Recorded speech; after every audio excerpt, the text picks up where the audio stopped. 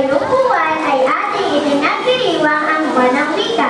Dahil dito ay malulus kong bibigkasin sa inyo ang isang tula na pinamagatang Hamon sa Kabataan. Okay na rin sabihin, sariling wika'y mahalin. Ngunit para sa ilan, ang hirap gawin. Kayang ipangaral, ngunit di kayang tugtin. Bakit nga ba nahihiya sa sariling atin? Ang pagtutulong pagkilinang ay para saan? Kung ang puso't isip natin ay sadyang lumalaban, wikang natutunan natin ay hindi na maunawaan. Wikang banyagan na ang nais ng ilang mamamayan.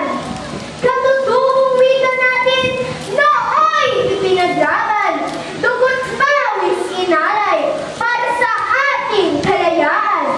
Ngunit ngayon ay hirap na sa pagbigkas. Iba't ibang dialekto, maririnig pa ba bukas?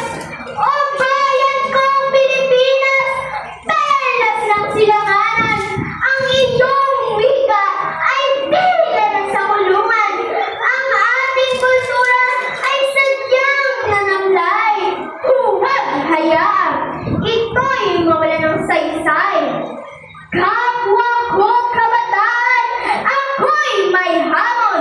Atin nang pahalagahan ang wika ngayon. Maghihuwaran sa salita at sa gawa. Sariling wika'y gamitin sa bansang malaya.